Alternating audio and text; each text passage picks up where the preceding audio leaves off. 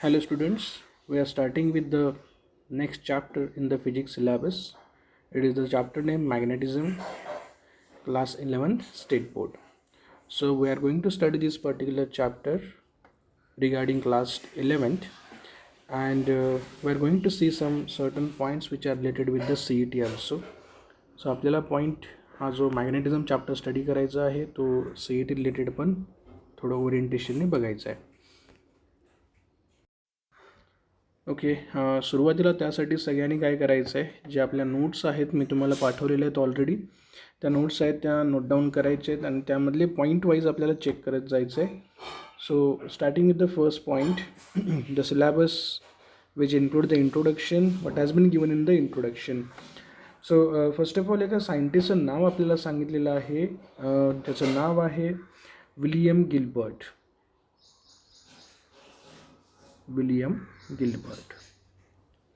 तर हा जो सायंटिस्ट आहे विलियम गिल्बर्ट यांनी आपल्याला पहिल्यांदाच मॅग्नेटिझम जो आहे त्या मॅग्नेटिझमचा एक सिस्टमॅटिक स्टडी आपल्याला रिप्रेझेंट केलेला आहे आणि त्यांनी एक रिसर्च केला होता. त्या रिसर्चमधून त्यांनी लोडस्टोन नावाचा एक दगडासारखा असा धातू फाइंड आउट केला, लोडस्टोन, आणि ह्या लोडस्टोनलाच आपण मॉडर्न लँग्वेजमध्ये मॅग्नेट असं म्हणतो.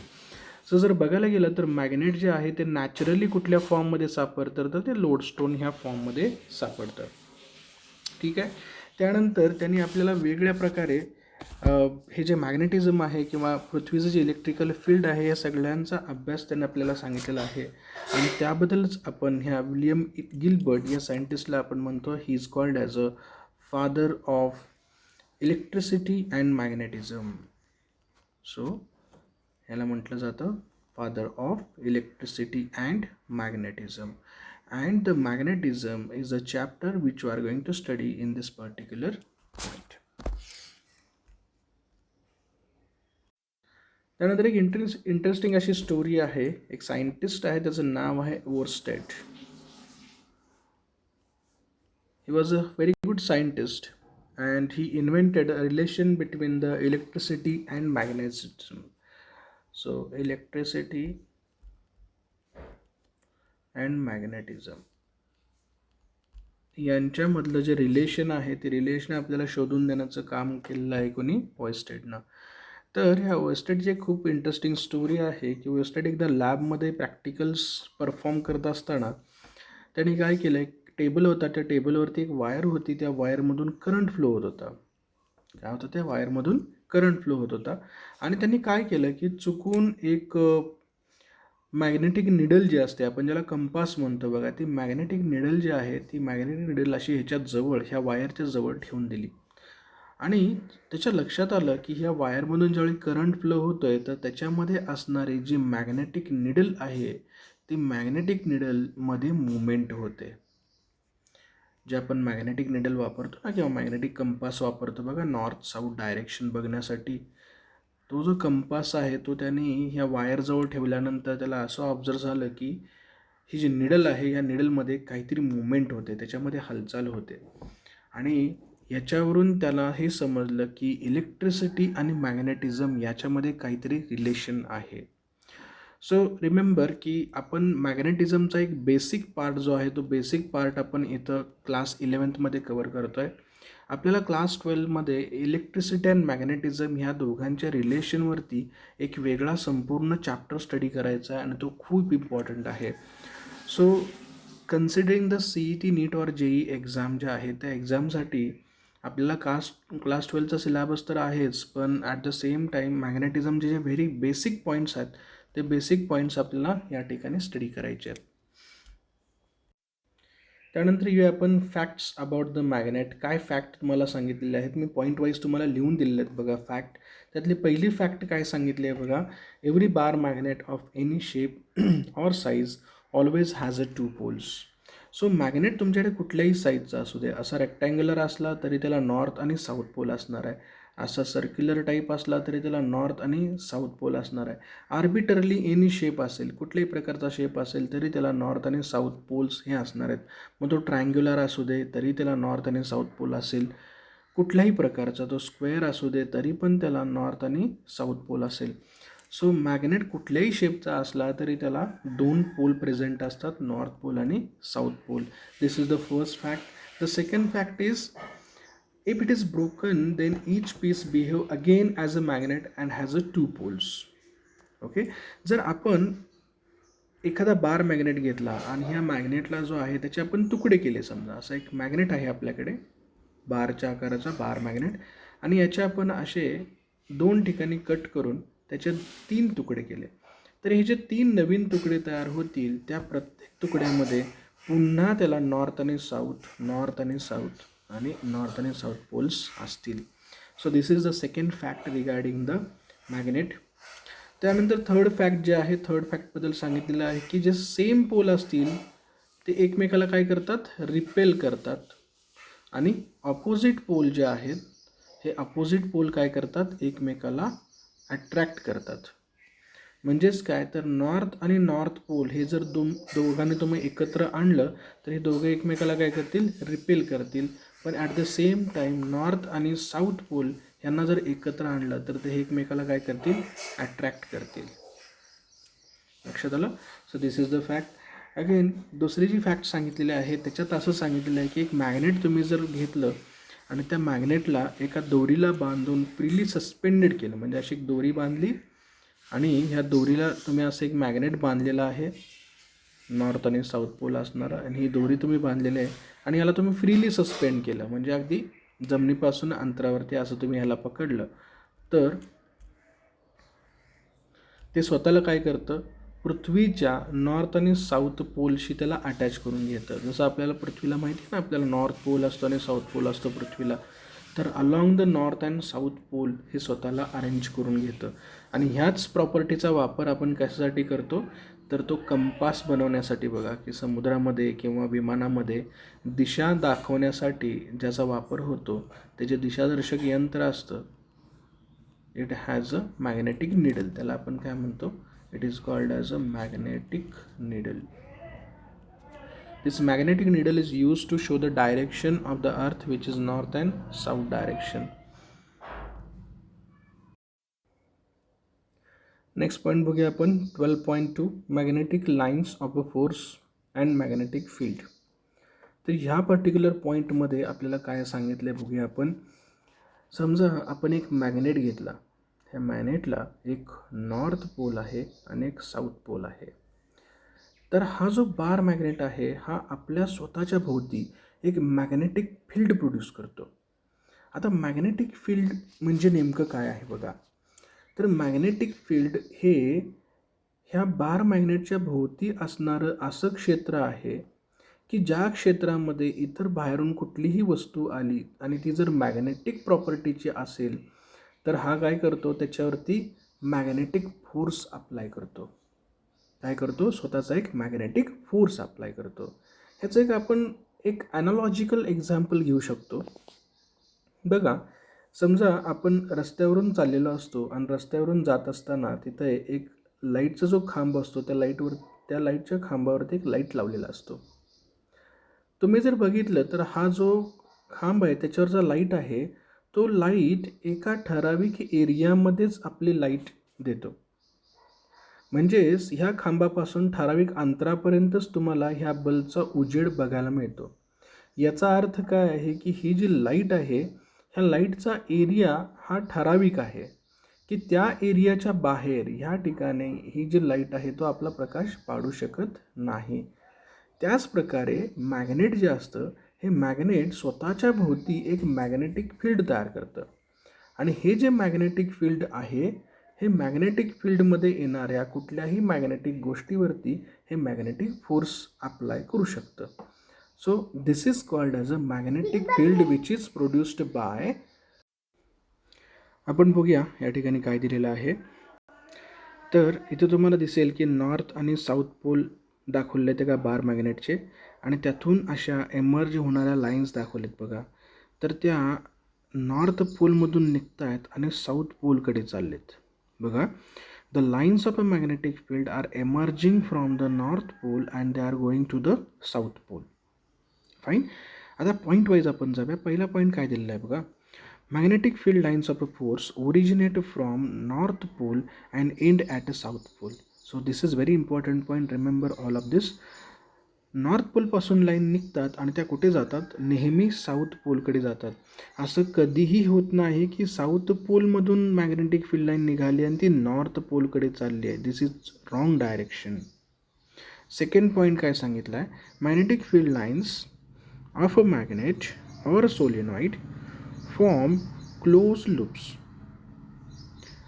ॲनालॉजी काय दिली आहे बघा, electrostatics. Also we have seen that positive and negative charge of a electric dipole in which electric lines of force originate from positive and end to the negative. ज्यावेळी मी तुम्हाला इलेक्ट्रोस्टॅटिक्स हा चॅप्टर शिकवलेला आहे बघा, त्याच्यामध्ये आपण खूप छान इंटरेस्टिंग पद्धतीने आपण बघितलेलं आहे की पॉझिटिव्ह आणि निगेटिव्ह दोन चार्ज आपण जर घेतले तर ते पण एका मॅग्नेटिक डायपोलसारखं काम करतात आणि स्वतःभोवती एक इलेक्ट्रिक फील्ड प्रोड्यूस करतात. आणि हे जे इलेक्ट्रिक फील्ड आहे ते इलेक्ट्रिक फील्ड आपण अशाच पद्धतीच्या लाईनने दाखवतो. This is the analogy. Okay. So magnetic field line ज्या आहेत त्या अशा प्रकारे तयार होतात. त्यानंतर नेक्स्ट पॉईंट बघा, थर्ड पॉईंट काय सांगतो बघा, the direction of magnetic field B bar. Magnetic फील्डला आपण फिजिक्समध्ये बी बार असं रिप्रेझेंट करतो. बी बार म्हणजे काय आहे हे तुमच्या लक्षात आलं असेल की हे वेक्टर आहे. सो मॅग्नेटिक फील्डला नेहमी जे नोटेशन वापरलं जातं ते आहे बी, आणि याला बी बार म्हणजे ह्याला आपण व्हेक्टर क्वांटिटी म्हणतो. ह्याला व्हेक्टर क्वांटिटी का म्हटलं जातं, कारण ह्याला एक स्वतःची डायरेक्शन पण आहे आणि मॅग्नेट्यूड पण आहे, म्हणून आपण त्याला व्हेक्टर क्वांटिटी असं म्हणतो. लक्षात आलं. आता पुढे काय सांगितलं आहे बघा, हे जे मॅग्नेटिक फील्ड आहे हे ज्या लाईन्स रिप्रेझेंट करतात magnetic field, the direction of magnetic field at a point is given by tangent to the magnetic line of a force at that point. म्हणजे बघा, नॉर्थ पोलमधून एक मॅग्नेटिक फील्ड लाईन निघाली आणि त्याची साऊथ पोलकडे चाललेली आहे. तर मॅग्नेटिक फील्ड लाईन जे आहे त्या मॅग्नेटिक फील्ड लाईनवरती जर तुम्हाला मॅग्नेटिक फील्डची दिशा पाहिजे असेल, what is the direction of magnetic field, then how to find the direction of magnetic field. तर ह्या मॅग्नेटिक फील्ड लाईनवरती कुठल्याही पॉईंटला तुम्ही टँजंट लाईन ड्रॉ करा. बघा, अशा टँजंट लाईन ड्रॉ करतो आहे मी. ह्यातली प्रत्येक टँजंट लाईन ही त्या पर्टिक्युलर पॉईंटला मॅग्नेटिक फील्डची असणारी दिशा रिप्रेझेंट करेल. So remember that the direction of magnetic field is given by a line drawn tangent to the magnetic field line at any point. लक्षात आला हा point. This is the fourth one.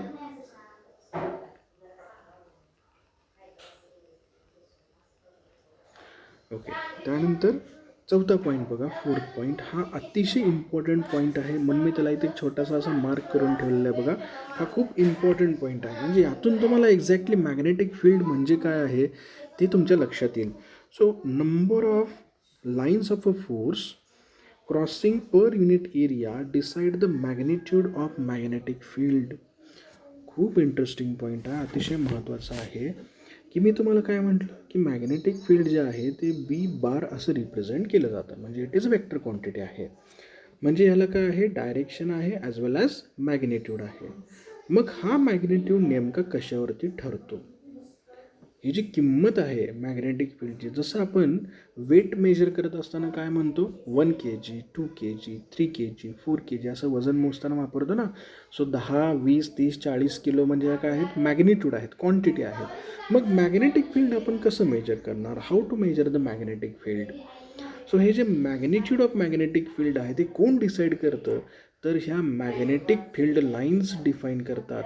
So एखाद्या मॅग्नेटच्या भोवती magnetic field line जेवढ्या जास्त असतील तेवढं magnetic field किती असेल, जास्त असेल. So number of magnetic field lines is directly proportional to the magnitude of magnetic field.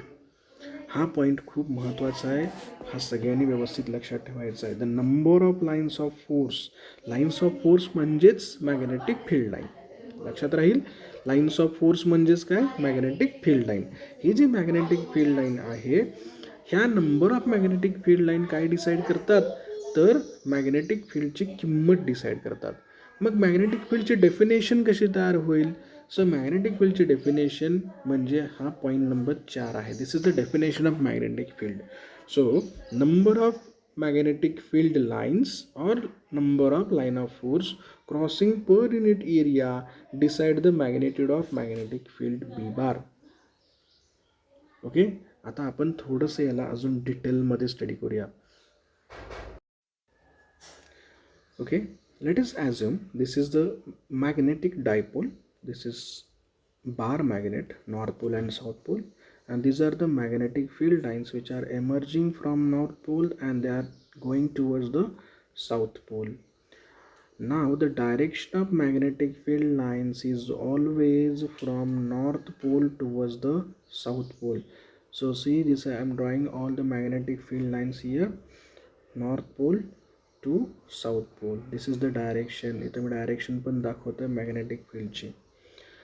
आता हे जे मॅग्नेटिक फील्ड आहे, ह्या मॅग्नेटिक फील्डचं मॅग्नेट्यूड म्हणजे बी बार जो आहे याचा मॅग्नेट्यूड तुम्ही कसं फाइंड आउट करणार आहात. What is mean by the magnitude of magnetic field. मग बघा, हे जे मॅग्नेटिक फील्ड आहे याचा जो मॅग्नेट्यूड आहे, हा मॅग्नेट्यूड मॅग्नेटच्या जवळ जास्त असेल का लांब जास्त असेल याचं उत्तर तुम्हाला कसं मिळेल. म्हणजे बघा, आपण एक सिम्पल याच्यासाठी एक एक्सपेरिमेंट करू शकता. समजा तुमच्याकडे एखादं छोटंसं मॅग्नेट आहे. एखादं मॅग्नेट घ्या, कुठल्याही प्रकारचं, गोल असेल किंवा रॉड मॅग्नेट असेल, कशाही प्रकारचं मॅग्नेट असेल, आणि हे जे मॅग्नेट आहे याच्या जवळ एक लोखंडाचा तुकडा ठेवा. तर हे मॅग्नेट काय करेल, त्याला पटकन आपल्याकडे ओढून घेईल. आणि हाच तुकडा जेवढा तुम्ही लांब ठेवत जाल, जेवढे लांब लांब त्याला ठेवत जाणार आहात, तेवढी ह्या मॅग्नेटची ताकद तिथंपर्यंत पोचणार नाही आहे. याचा अर्थ असा होतो की मॅग्नेटिक फील्ड म्हणजे त्याची जी मॅग्नेटची ताकद आहे, त्याची जी मॅग्नेटिझमची ताकद आहे, ती मॅग्नेटिझमची ताकद ही कुठं सगळ्यात जास्त असणार आहे. तर जेवढं तुम्ही मॅग्नेटच्या जवळ असाल तेवढं तिथं मॅग्नेटिक फील्ड जास्त असणार आहे. आणि जसं जसं तुम्ही मॅग्नेटिक फील्डपासून लांब जाणार तसं काय होणार आहे, मॅग्नेटिक फील्डची किंमत कमी कमी कमी होत जाणार आहे. ओके, पुन्हा आपण ॲनालॉजी घेऊ शकतो. बघा, आपल्या घरामध्ये जो लाईट असतो बघा, लाईट, एखादा लाईटचा बल्ब आहे, तर त्याच्या प्रकाशाची तीव्रता जी असते ना, त्या प्रकाशाची तीव्रता ही त्या बल्बजवळ खूप जास्त असते. म्हणजे जेवढं तुम्ही त्या बल्ब जवळ असाल तेवढं प्रकाश कसा असतो, तीव्र असतो. आणि जसं तुम्ही ह्या बल्बपासून लांब लांब जाणार तसं काय होणार, ती प्रकाशाची तीव्रता कमी कमी कमी तुम्हाला दिसायला लागते किंवा जाणवते. सो हा जो बल्ब आहे ह्याची तीव्रता जसं तुम्ही लांब लांब जाताय तशी त्या प्रकाशाची तीव्रता काय होते, कमी कमी कमी होत जाते. तसंच सेम होतं मॅग्नेटिक फील्डच्या बाबतीत. जेवढं तुम्ही मॅग्नेटच्या जवळ असाल तर तिथं मॅग्नेटिक फोर्स आणि मॅग्नेटिक फील्ड हे जास्त असेल. जसं तुम्ही लांब लांब जाणार तसं मॅग्नेटिक फील्ड काय होणार आहे, कमी कमी होत जाणार आहे. मग ह्याला तुम्ही फिजिक्समध्ये कसं रिलेव्हंट करू शकता. तर बघा, समजा तुम्ही एक स्क्वेअर घेतला, एक छोटासा स्क्वेअर घेतला 1 सेंटीमीटर स्क्वेअरचा, इट इज 1 सेंटीमीटर स्क्वेअर. एक असा चौरस घेतला आणि तो तुम्ही इथं ठेवा. एक ह्या ठिकाणी ठेवा आणि दुसरा ह्या ठिकाणी ठेवा. तर बघा, ह्यात पण हा 1 मीटर स्क्वेअर आहे, ह्यात पण हा 1 मीटर स्क्वेअर एरिया आहे. ह्या 1 मीटर स्क्वेअरमध्ये number of magnetic field lines तुम्हाला जास्त बघायला मिळतात. पण त्याच सेम 1 मीटर स्क्वेअर एरियामध्ये इथं मात्र नंबर ऑफ फील्ड लाईन्स किती आहेत, फक्त 2, किंवा इथं दिसायला 2 दिसतात पण ॲक्च्युली त्या काही आहेत, कमी आहेत. फार कमी मॅग्नेटिक फील्ड लाईन्स आहेत. सो याचा अर्थ, आपली जी 4 नंबरचा पॉईंट आपण घेतला त्या पॉईंटचा प्रमाणे याचा अर्थ काय होतं बघा, magnitude of magnetic field is depend upon how many number of magnetic field lines are passing through that area. म्हणजेच हा 1 मीटर स्क्वेअर एरिया आहे आणि इथून मॅग्नेटिक लाईन्स भरपूर जात आहेत, तर इथं मॅग्नेटिक फील्ड किती असेल, खूप जास्त असेल. तेवढा सेम एरिया आपण घेतला 1 सेंटीमीटर स्क्वेअर, पण इथून मॅग्नेटिक फील्ड लाईन्स ह्या फार कमी जात आहेत. सो इथं मॅग्नेटिक फील्डची किंमत कशी असेल, कमी असेल. So this is very basic relation between the magnitude of magnetic field and number of magnetic field lines. Okay, आणि त्यानंतर लास्ट पॉईंट आपण म्हटलेला होता, पॉईंट नंबर 5, की magnetic field lines do not cross each other. ह्या ज्या magnetic field lines आहेत ह्याला आपण मॅग्नेटिक लाईन्स ऑफ फोर्स पण असं म्हणतो. तर ह्या ज्या आहेत ह्या कधीही एकमेकाला क्रॉस होत नाहीत. Now coming to the definition of magnetic field. मी एक छोटासा पॉईंट दिलेला आहे तुम्हाला मॅग्नेटिक फील्डबद्दल, आणि एक नवीन टर्म मी याच्यातून इंट्रोड्यूस करणार आहे, मॅग्नेटिक फ्लक्स. सो मॅथमॅटिकली फिजिक्समध्ये मॅग्नेटिक फील्ड जे आहे B, it is given by, it is the ratio of magnetic flux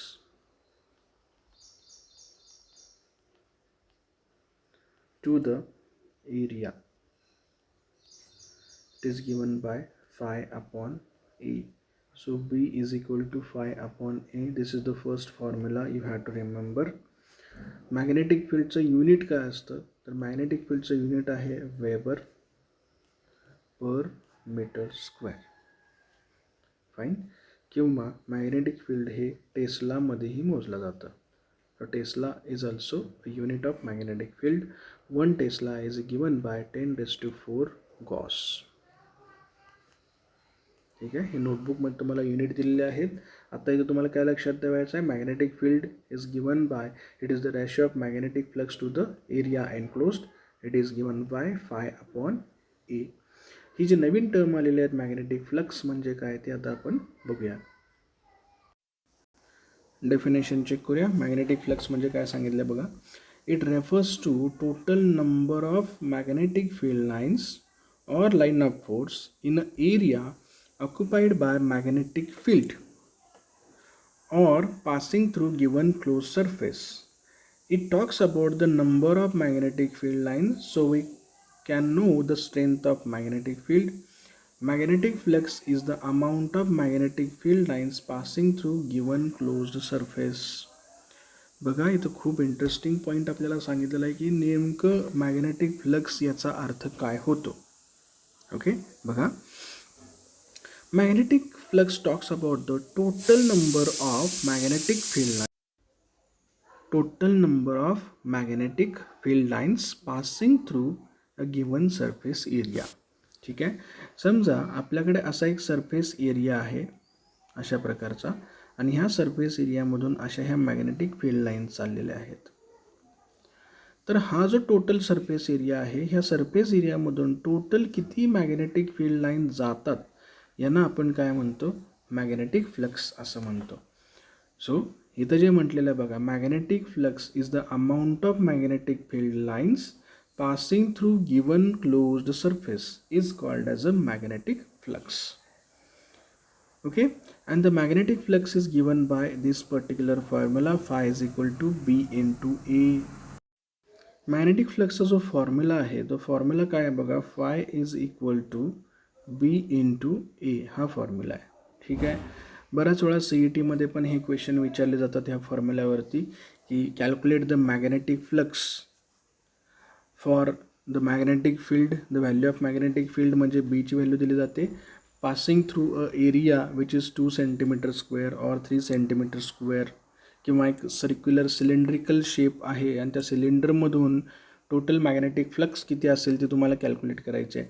तर त्या सिलेंडरचा तुम्हाला सरफेस एरिया तो काढता आला पाहिजे, म्हणजे तो किती असतो, सरफेस एरिया 2πRh.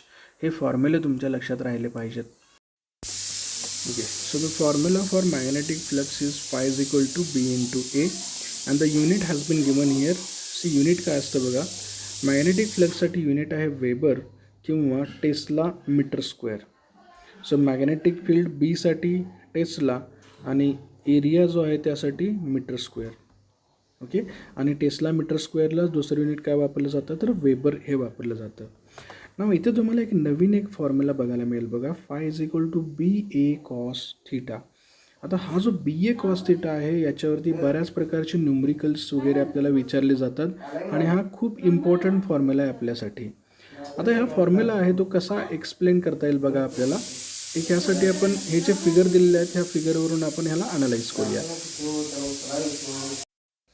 जो फॉर्म्युला आहे तो फॉर्म्युला आहे phi is equal to B into A cos theta.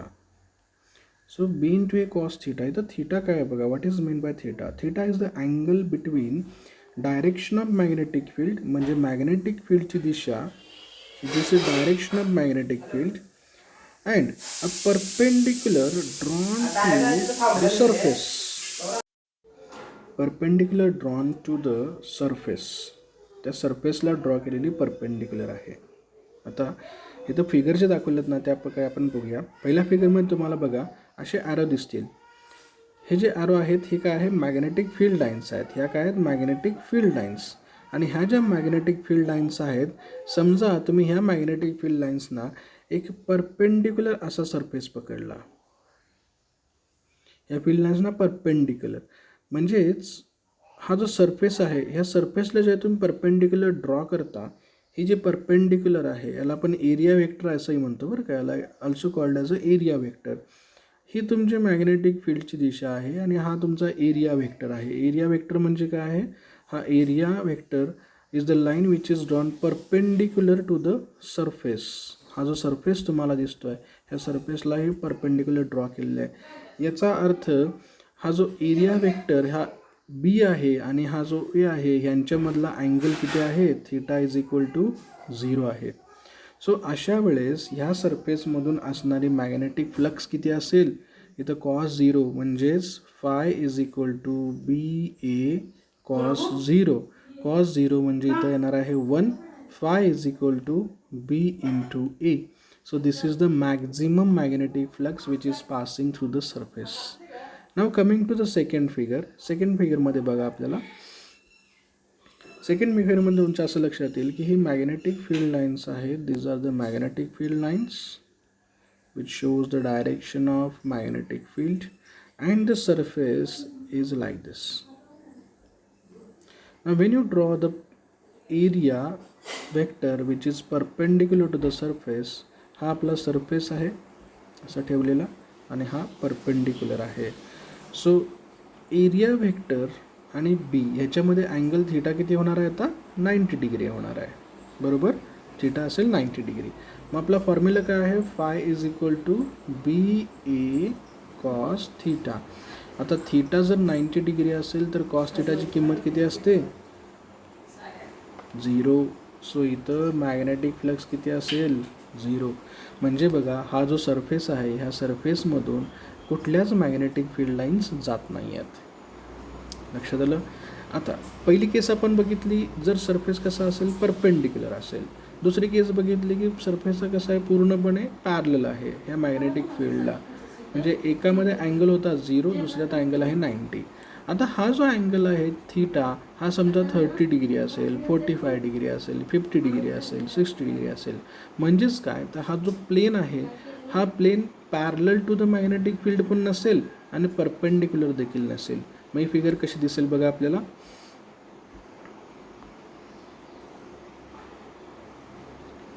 बघा हे आहे मॅग्नेटिक फील्ड लाईन. ह्या सगळ्या मॅग्नेटिक फील्ड लाईन्स आहेत, मॅग्नेटिक फील्ड लाईन्स. आणि हा सरफेस आता आपल्याला कसा आहे, तिरका दाखवायचा आहे बघा. म्हणजेच ह्या सरफेसला हा जो सरफेस दिसतो याला तुम्ही ज्यावेळी परपेंडिक्युलर लाईन ड्रॉ करणार म्हणजे बघा 90 डिग्री टू द सरफेस, ह्या सरफेसलाही परपेंडिक्युलर आहे. हा आपला एरिया वेक्टर झाला आणि हे मॅग्नेटिक फील्ड झालं. आता ह्या दोघांच्या मध्ये जो अँगल असेल, this is the angle theta. Now the angle theta is given by the theta. हा थीटा मग 30, 40, 45, 55 किती असेल. ओके. सो त्या केसमध्ये मॅग्नेटिक फ्लक्स किती असेल, B into A cos theta. So this is the formula. हा खूप इम्पॉर्टंट फॉर्म्युला आहे कारण याच्यावरती आपल्याला CETला क्वेश्चन विचारले जातात आणि न्यूमरिकल्स बोर्डला पण विचारले जातात एक्झामला. सो हा खूप इम्पॉर्टंट फॉर्म्युला आपल्यासाठी आहे. ठीक आहे. So right now will stop this particular lecture. आणि नेक्स्ट जो लेक्चर असेल त्याच्यामध्ये आपण 12.3 जो आहे बार मॅग्नेट तो पॉईंट आपण स्टडी करूया. ओके.